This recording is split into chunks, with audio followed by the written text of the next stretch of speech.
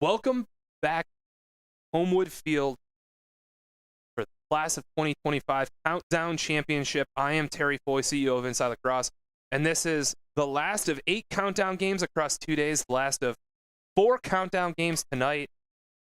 We withstood a 2-hour weather delay in order to bring you two-way 2025's club comprised mostly of cross players out of Connecticut versus Next Level Spartans, team largely out of DC. Next Level got here by beating Long Island Legacy Rush 8-4 in a weather-shortened semifinal game. Two-way with exceptional comeback against Mad Dog to set themselves up. And here we see Oliver Nappy open the scoring as Two-way capitalizes off of a ride and a transition goal. And a nice cross-crease feed from, I believe that was Charlie Ravinsky. Nappy showcasing that quick release that we saw in the first game. A decisive right-handed attackman who really showcases that decisiveness on man-up as well. We are playing NCAA rules, which includes the 80-second shot clock that resets to 6. We are playing 20-minute running time halves, resulting from that weather delay.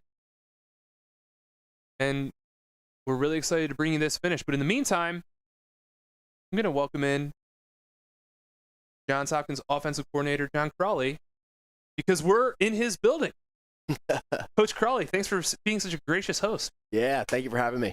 Absolutely. So, very few people know Homewood Field better than you, except that when you walked into this room that we are currently sitting in the press box, you said, "I've never been in." Yeah, there are certain the places. The press box isn't a part of the recruit tour? Well, I guess there are places around here that I'm a little bit more familiar with than the press box, but I'm glad to be here with you, Terry. No doubt. So, obviously, a incredible season for the Blue Jays, getting back to the NCAA quarterfinals, and really exciting year that include a lot of dramatic moments. You guys were an incredible second half and fourth quarter team. It was your first season back as an assistant on Pete Milliman's staff. How do you describe it? Yeah, I mean, it was a blessing to be back here.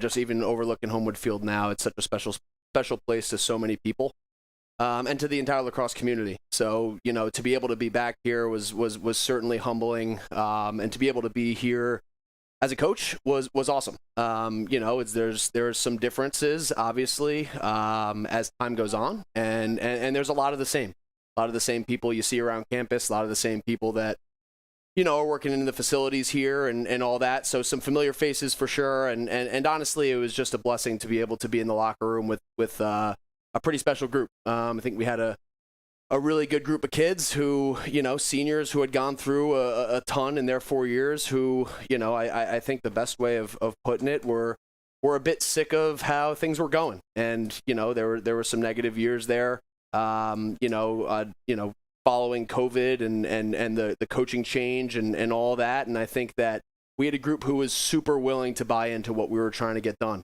And for me as a coach, all we can as coaches ask for is a group of kids who are willing to get coached and are willing to, buy into what we talk about. And I think that our group showed that this past season.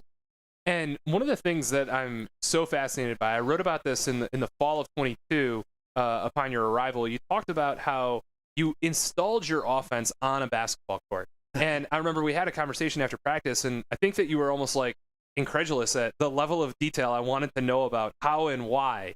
But I also think that it's incredibly informative for anybody watching this, just in terms of understanding the game of lacrosse, how you think about it, how you like to coach it. So do you mind just sharing a little bit about how and why you installed the offense on a basketball court? Yeah, sure. I guess to start is that it certainly was not my idea. Bobby Benson was the offensive coordinator here when I got here, and he had a little bit of a shift in how he was looking to play offense.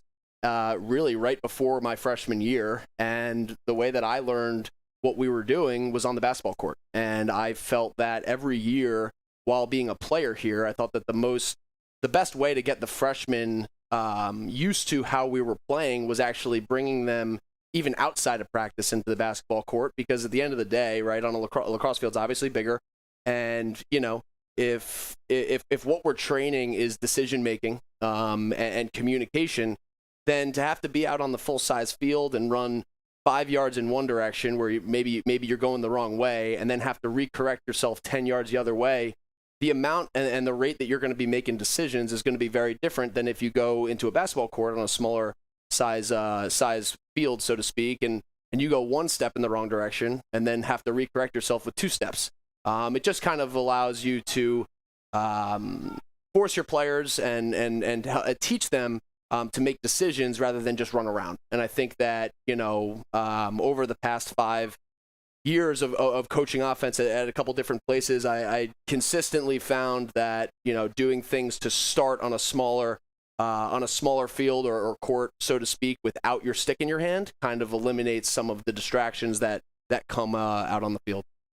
So we'll come back to that, but catch up on the game action. First, we saw Andrews Burrows get next level on the board, and then got that backwards. Thomas Petty gets next level on the board, and then Trevor Phipps, who showcased a incredible right-handed shot in the first game, puts next level up 2-1 with 13 minutes to go in the first half.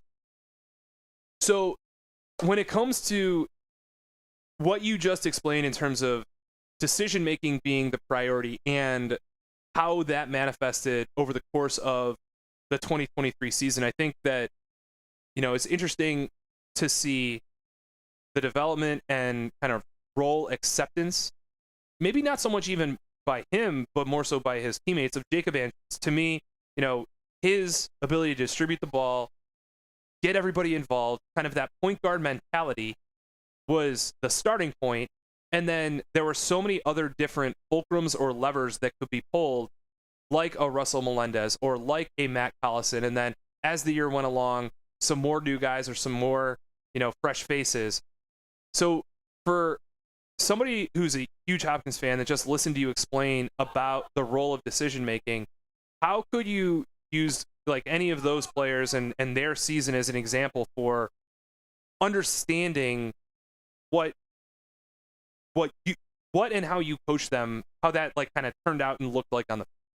Yeah, for sure. I guess for me, what it kind of comes down to, and kind of how we start everything, is we want to play with our head, our heart, and we want to play together. And I think that when we talk about those things and we give some detailed kind of examples out on the field for those things, it allows guys to be able to identify specific actions to what we're trying to do. So I'll go give you some examples, right? I think with your head, right, you have to be able to make decisions quickly and without the ball in your stick. I think that's kind of where we start everything. And a word that, I know you came out to practice and afterwards commented on the word urgency used a ton. And I think that, to me, what urgency is just the rate of decision making, the rate at which you're willing to put your defenseman in a spot to make a decision. And I think that when you start with that, and force guys to have to learn how to play and make decisions for themselves rather than just run by a script,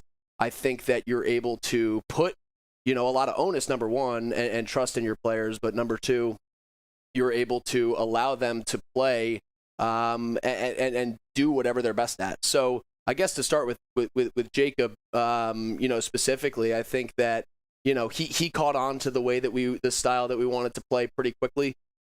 He had a pretty easy time doing that, and I think he's just a super selfless player.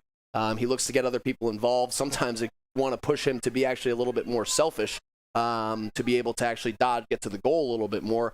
But he was such a great facilitator at getting others involved. And, for all the other guys, like we never really want to, as a team or, as an offensive unit, talk about just one guy at a time. I mean, we constantly talk about all 6 guys together, doing whatever needs to be done to be able to put the ball in the back of the net. And I guess that really does start with your head and being able to, create decision makers on the field and really problem solve. So at the end of the day, the problem that we have is how can we put the ball in the net? And given the what the defense has, what their strengths are, given what our strengths are. How can we put the ball in the back of the net, and then how can we get these guys to make decisions quickly and urgently to be able to do that? And I think Jacob's a really heady player, really smart, but at the end of the day, we talk about all 6 guys at all times. And again, just to catch up on game action, so we saw a handful of opportunities down here in terms of next levels getting threats to the goal, but unable to convert, and then two-way able to tie this game up at 2-2 with a really nice pair of look-away passes from Oliver Nappy that ultimately ended with a left-handed shot from Charlie Ravinsky getting through the teeth of the defense and unleashing a jumper falling away from the cage. You're not allowed to talk about recruits until they sign NLIs, and for those of you that are listening that don't know that, we're not going to talk about that. That being said, when you watch high school games or club games, what does decision making look like in a recruit? Yeah, I mean that it's kind of hard to gauge, right? Because you're not in the pregame meeting, you're not in the huddles to understand really what the coaches are telling these guys. But I think what it comes down to is are you able to put your team above yourself consistently, and what that means is not making plays that are coming at the detriment of your group, and making the simple plays. I think that's kind of where they come in a lot of the time. I think that the other times that you end up seeing that in a recruit or on a field in general is at the ends of games, right? At the ends of games, end of quarters, right? You see how guys are communicating. You see how guys are working to get maybe a shot off or whatever it may be. I think it's with this event, having the shot clocks is certainly one where you can show how focused you are on the overall gameplay. Turning the attention to the 2024 season, realizing that obviously there's still a lot to unfold before that comes to fruition. What's the vibe like among this group and among the staff? What are some of the things that you guys are looking at in terms of improving or in terms of building upon as you try to put together a successful campaign? Yeah, I mean, I think it was obviously a super exciting season. There were some big wins, but it's certainly not the standard of this place, right? Johns Hopkins is not built on going to quarterfinal games and coming up short. So that was a message that we made sure was very clear right from the get-go. When we kind of moved our seniors kind of moved out of the locker room and we started with the 2020 the next team. So I think that's where it starts, is that it was a great step in the right direction, but it's certainly not the standard of what we want to get to. There was no goal of ours on our goal board that said get to a quarterfinal game or have a couple exciting wins. So for us as a coaching staff, we're very hungry. We want to evaluate what we did last year and continue to build on the things that we did well, and fix up some of the stuff that we maybe didn't. But I know for me, offensively on the offensive side of the ball, it'll be nice to return a bunch of our players from last year and them having played in kind of the system that we did this year. I think we'll fast forward their ability to make decisions like we've been talking about all night, right? So I'm super. We're all very excited. I think our players understand that it was certainly a great year, a great step in the right direction, but is not the standard of Johns Hopkins lacrosse. So I'm sure that you've been watching a ton of club lacrosse this summer. Have you seen any of Matt Collison's 50 goals? I have. Every once in a while, I'm able to get to his stream. A lot of the games are not streamed up there, so more of it is over conversations with him. I talk to him probably around once a week, and hearing how he's doing.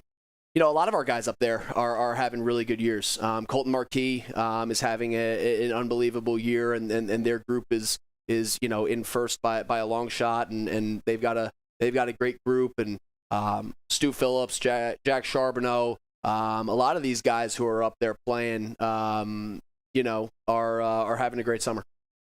Well, on that note, John, we really appreciate your time. Thank you so much for joining us, and enjoy the rest of the summer. Hopefully the weather holds out, and once it's all done, you can find some rest, and then we look forward to seeing you back in the fall. Yeah, I appreciate it. I'll see you soon.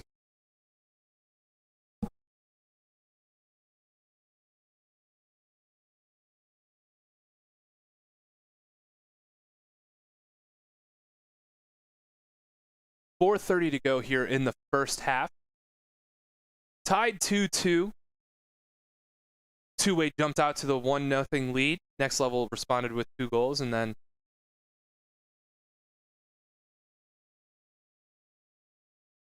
Charlie Rippins got the game back to level. Possession going to go to Next Level here.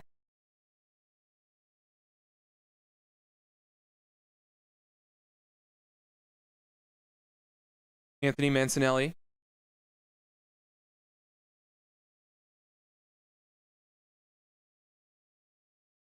Leaves it for Colin Guest. A little bit of sub-game action. Dutch Lonas leaves it off. And now Mancinelli regroups. Thomas Petty triggers the left-handed shot. Ball goes out of bounds. Backed up by Charlie Haley.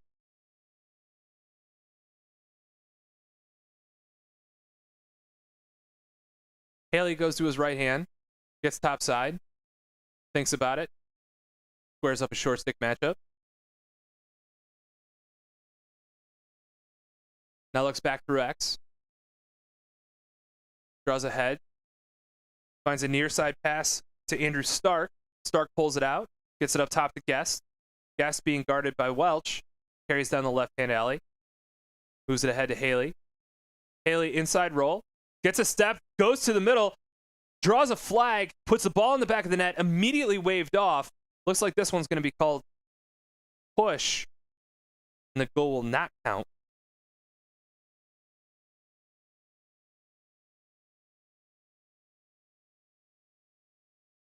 And that's what it will be. We'll stay here at 2-2, 2:34 to go in the first half. Next Level going to go man up for 30 seconds. The goal mouth is pretty faded on this crease, but believe it is there. And if indeed it is, no question Haley ended up in it. Up top to Offit. Offit. Can't handle. Ball goes out over the midline. Two-way is going to be able to restart this. 7 seconds left in the penalty. Nappy rolls away from pressure from Sturdivant.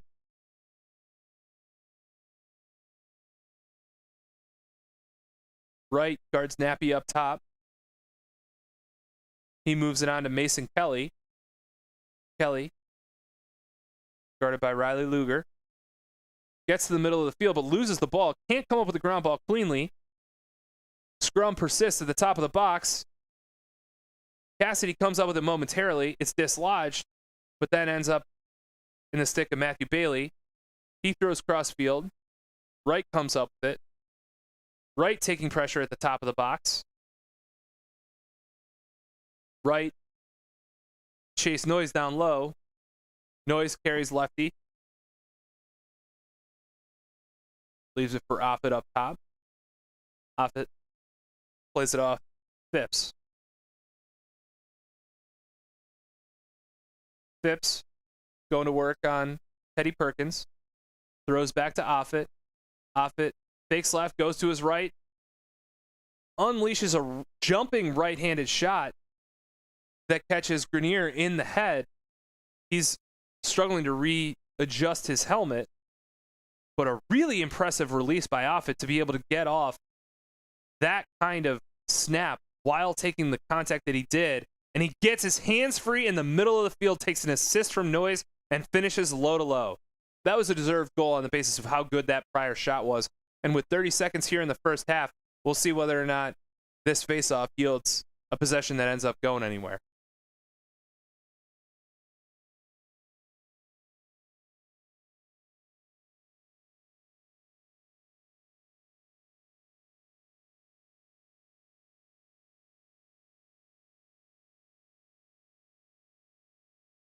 Eight seconds remaining when the whistle gets blown. Chase Squires won it out the front door, but wasn't able to come with the ground ball cleanly. Henry Clark battled it back, and that'll do it for the first half.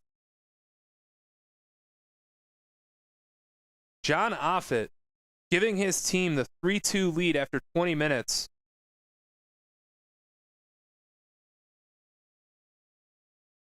We've got 20 minutes of action left in the 2023 countdown, and we'll be back in about 2.5 to bring it to you.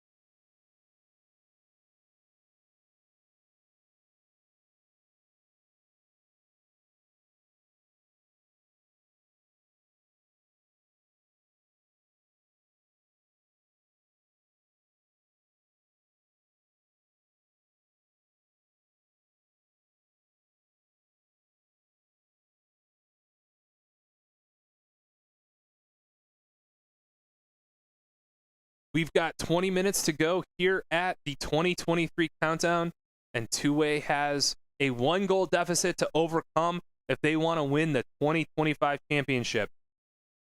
They had an encouraging start to that effort after Julian Ramos won the opening faceoff out the front door. It appeared the ball was going to go next level's way, but the official saying it was tipped, and now they're going to confer, determine whose possession, and it will indeed stay here with Two-Way.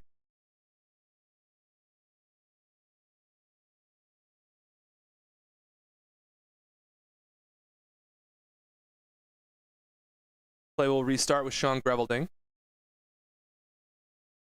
He moves it up top to Gordy Leary, a lefty power dodger with a equally powerful left-handed shot that he showcased. 2 pivotal moments in Two-Way's semifinal victory over Mad Dog.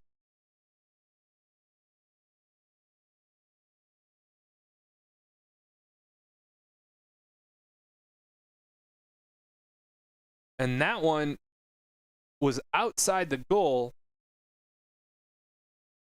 Leary not able to find any space between next level second half goalie Kevin Kane and the post. That shot ended up outside. Next level clears and settles with Colin Guest. Guest guarded by Leary. Leaves it off for Devin Stewart. Stewart back to Guest. Guest isolating on the short stick. Carries down the lefty alley. Plays through Chase Noyes at X. Noyes gets top side. Throws up top to Stewart. Stewart splits back to his left, absorbs a double, gets to the middle, rolls back to his right hand, but his shot goes wide. Impressive effort by Welch. The ball will stay with Noyes, and he might have an advantage. Nope, he's going to get called back to the spot where the ball went out of bounds. The play restarts, 17:30 to play here in the second half, 55 seconds left in the shot clock. Noyes takes the screen, goes up top, finds Manicelli in the middle. His shot goes off the crossbar, and a second one appears to hit iron. Tucker Spice, catching the ball off the iron, throws ahead, lofts it nicely to Will Oliviero, and he gets two-way back level with next level. 3-3, 17 minutes to go in the second half. Long pole goal. Can't let Will Oliviero get inside of 15 yards. Really nice job on that catch. Solid pass by Spice to just kind of drop it in there.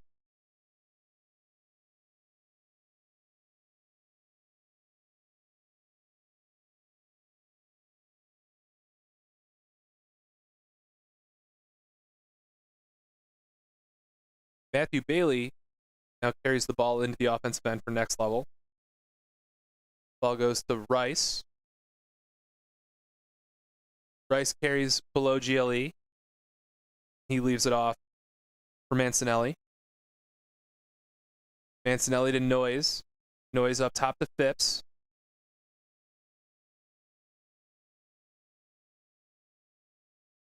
Phipps, Sturdivant.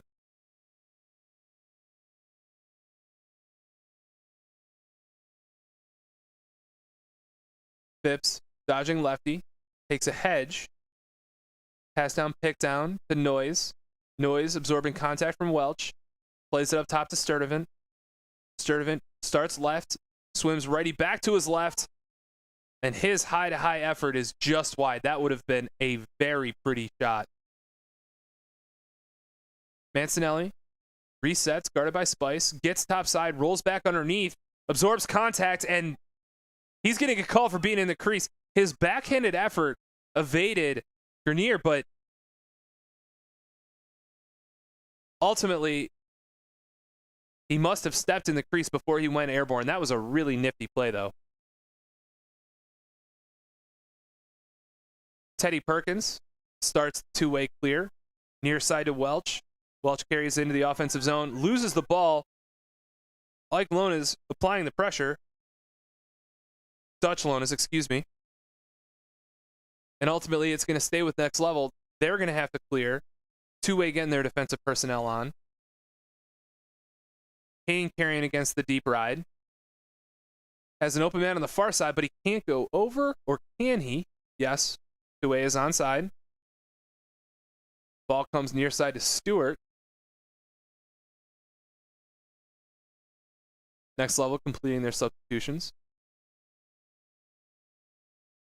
Offit. Working with Petty to Stewart. Stewart goes lefty, feeds middle. Noyes catches it upstairs, but his turning effort is too high. 14 minutes to go, 43 seconds left in the shot clock. Tie ball game. Anthony Mancinelli restarts from X, works it up top to Stewart. Stewart gets Perkins to go left. He goes right, but his right-handed shot isn't good enough to beat Grenier. Grenier leaves it for Welch to start the clear, and Patrick Welch about to take some pressure from Chase Noyes. Plays it back to Grenier. Grenier finds 40-yard pass that he bounces to Will Oliverio, but it bounces too high. Offit restarts play and easily clears into the next level offensive end. He comes near side to Sturdivant. Sturdivant goes lefty into the offensive box, plays behind a Noyes. Ball goes too high, and it's going to go over out of bounds. Andrew Kavanaugh, closest to it, wasn't able to corral it before it went over the line. Again, Perkins starting to clear for two-way, absorbing contact, and ultimately Kavanaugh is able to dislodge it. Perkins brings down Noyes, but Next Level goes offsides.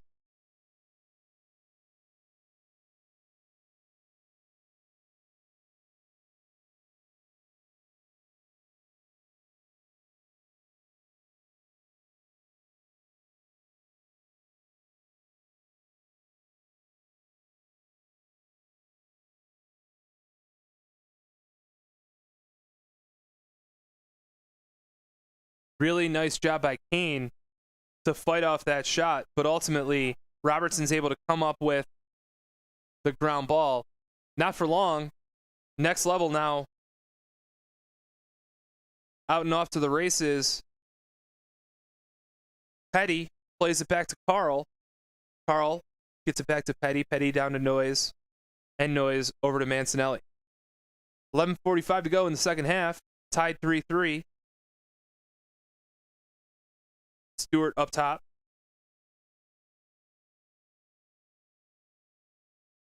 Guest goes to work down the righty alley. Plays it through X. Mancinelli. Eyes up Spice. Goes righty. Takes a couple checks. Plays it up top to Stewart. Stewart over to Kavanaugh. The lefty looking to get to the middle of the field. Toe drags back to his right. Keeps the stick in his left hand. Leaves it for Petty. And what a rip! Thomas Petty steps into a left-hand sidearm release. And this is just another excellent roll-off and a 15-yard high-to-high shot. Beautiful two-man game, and that's exactly the type of finish you're looking for in that scenario.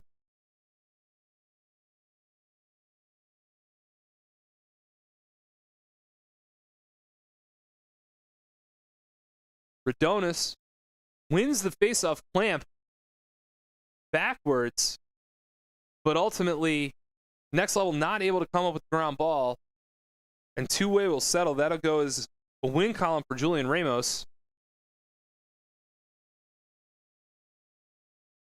Lonis harassing Dylan Kellen up top, but ultimately catches him in the head, and he's going to sit for a minute. With 10:05 to go, trailing by a goal, two-way is going to have an opportunity to bring this game back even with a 1-minute extra man.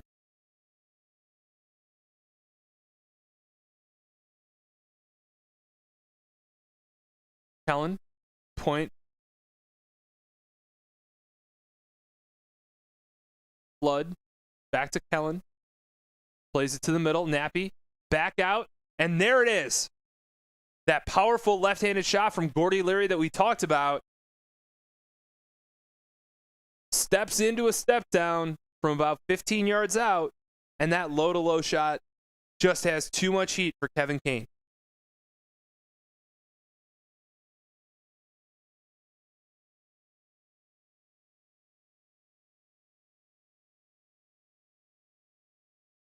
Redonis back at the faceoff X, this time squaring up against Chase Squires. Looks like Squires won that one out the front door. Redonis ran into the official. And ultimately, James Chaney able to come up with a ground ball. Works the ball to Nappy. Up top, Charlie Ravinsky. Ravinsky over to Burrows. Burrows for Mason Kelly. Gabe Pisano. Pisano dodging on the short stick. Settles and squares him up at GLE. Carries below. Comes back to his left hand.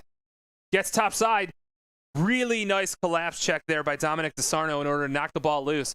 It stays loose and then ultimately gets gobbled up by Kane's big goalie stick. And with 8:20 to go, Next Level will clear. Looking to break open a tie game. And they've got an opportunity in transition, but once again, the goalie play determines the outcome. That shot from Riley Luger is caught by Grenier, and now Spice carries into the two-way offensive end. He's in trouble, harassed by Lonas. Lonas catches him with a trail check. DeSarno can't come up with the loose ball. Spice gets it back again. Shot clock under 60. Two-way can't go into their defensive end, but ultimately Kelly comes up with the ground ball, moves it over to Leary. Leary, Perkins, and Kelly, the midfield unit on right now. 46 seconds on the shot clock, and this is the unit that two-way is going to go with. Leary carries to the middle of the field, draws a switch, moves the ball over. Charlie Ravinsky. Ravinsky carries middle, moves it over to Kelly. Kelly guarded by a long stick. DeSarno gets in there. Really nice disruption and serves up catchable shot. Kevin Kane handles easily, and Next Level is now off with a clear. But Nappy has something to say about it with an excellent play on the ride. A leaping deflection at the midline. He absorbs the contact, stays out of the crease. His shot goes off the crossbar. Nappy backs it up. That's going to be one that two-way would like back. Nappy had an opportunity. He was under pressure once he got into shooting position, but the net was empty. He didn't pull the trigger. He tried to increase the likelihood of getting the shot on net and ultimately ran out of space and angle. Able to back up his shot and retain possession. 6:20 to go. 45 seconds left on the shot clock. Ravinsky carrying middle with his left hand once again. Pulls the ball out. Goes to work again on James Carl. Loses the ball in the middle. Charlie Fields comes up with it, and he carries into the offensive end, but he's taken on some pretty swift pressure from Anders Burrows, who turns him back. And this will fall to John Offit to determine what comes next. Offit, guarded by Burrows, rolls back to his right, surveying the field, gets to the middle of the field, and unleashes a sidearm rip that finds the back of the net and gives his team a one-goal lead with 5:25 remaining in the second half.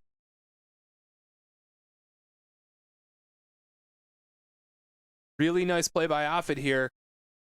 I think this would qualify as early offense,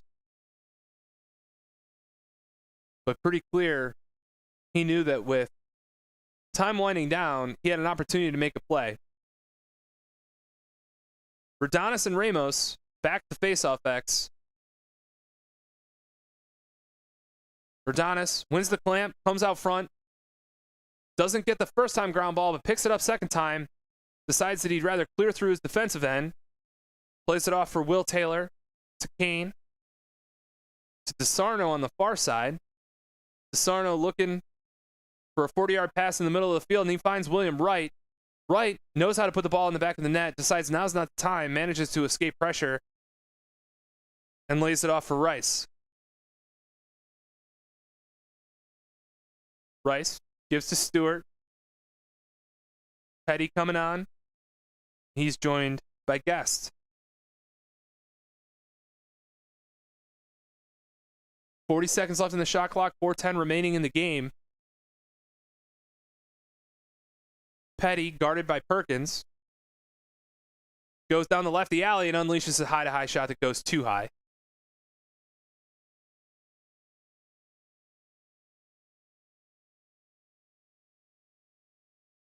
Mancinelli will restart.